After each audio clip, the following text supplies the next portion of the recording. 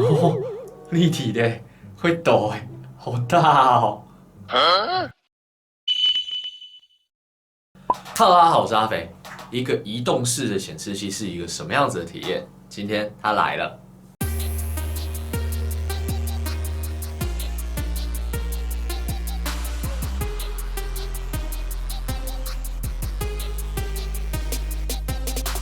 来，我直接跟大家说重点，这一个 Goovis Lite 的头戴显示器与一般的头戴式显示器有什么不一样的地方？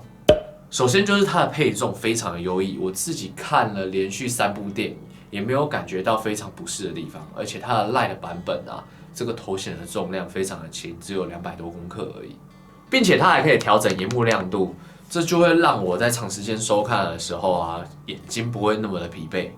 但我说认真的，这还不够厉害，这不是我跟你们介绍它的原因。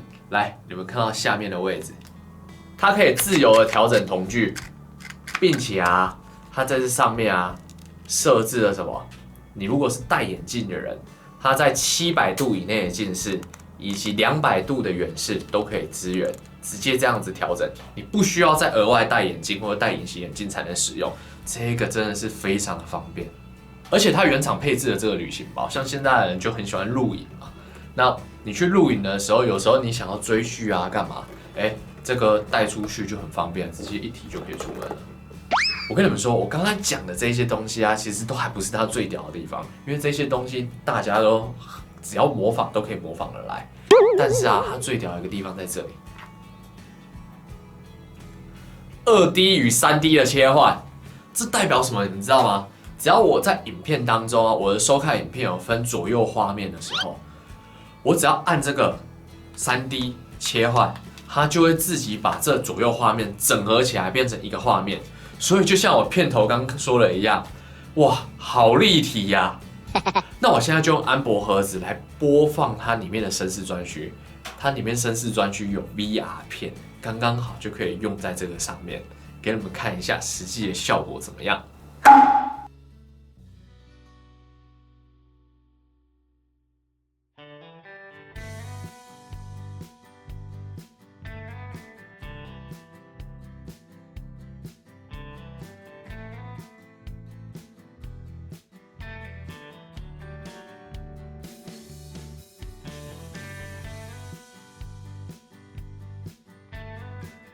我坦白跟你们讲，我用摄影机这样子拍啊，其实那个立体感比较拍摄不进去，因为毕竟它是摄影机，跟人眼是不一样的。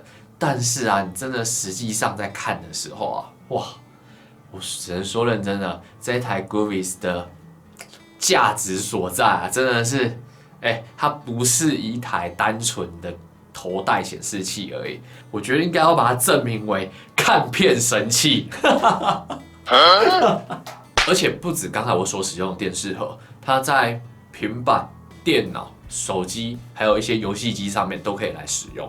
那为什么它可以串接那么多平台呢？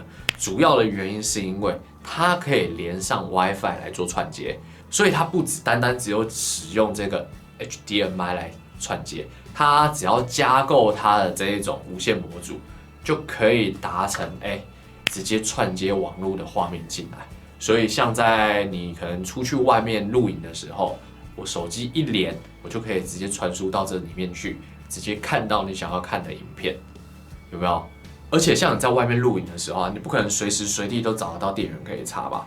那它这个无线模组啊，就还有再额外出这一款，它电池组出来配合，这个超棒的，直接这样子磁吸式哦，这样就吸上了。你在外面的时候，你就不用担心，如果找不到插座插的时候，这个就可以变成一台直接这样子移动式的头戴显示器，无线的，有没有？超赞！所以整体的功能来说，我真的觉得它的配置不错。除了 HDMI 输入之外，它还有网络的输入可以直接使用，几乎很多面向的功能它都有注意到。好，那对于这一台 Goovis Lite 啊，有任何问题的朋友，你们都可以在影片下面留言来询问我。那在影片的最后面呢，我将会放上一些我测试的一些追剧的片段给你们看。好啦，那今天影片就到这边啦。如果你喜欢我的影片，按赞、订阅、分享、打开小铃铛，追踪我的 LINE、IG、FB。我是阿肥，我爱你们 ，See you later，拜拜。